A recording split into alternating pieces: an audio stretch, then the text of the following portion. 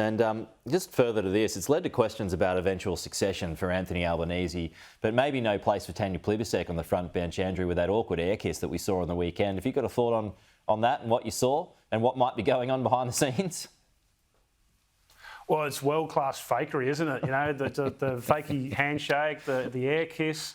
It's all a little bit unbecoming, isn't it? But it's real. And I know they like to go on breakfast TV and on your program as well and say that that all is well and we're all friends and, you know, we have neighbouring electorates. Well, guess who had neighbouring electorates in Sydney? Malcolm Turnbull and Tony Abbott. Yeah, a little bit of water in between, but neighbouring. They didn't quite get on it either. So, look, let's just be real. They don't like each other.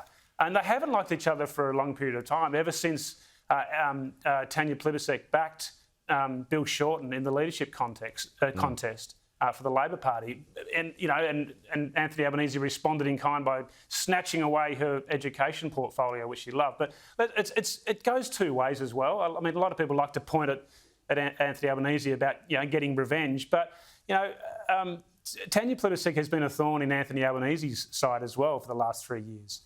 You know, she tried to reintroduce the dead, buried and cremated nature positive reforms earlier this year, and Anthony Albanese had to embarrassingly knock it back and cop a rebuke from Western Australia in the process. If it was up to Tanya Plibersek, we wouldn't have a salmon industry in Tasmania. She was going to put restrictions on there that would lead to the industry in demise and the loss of 5,000 jobs. Anthony Albanese had to step in.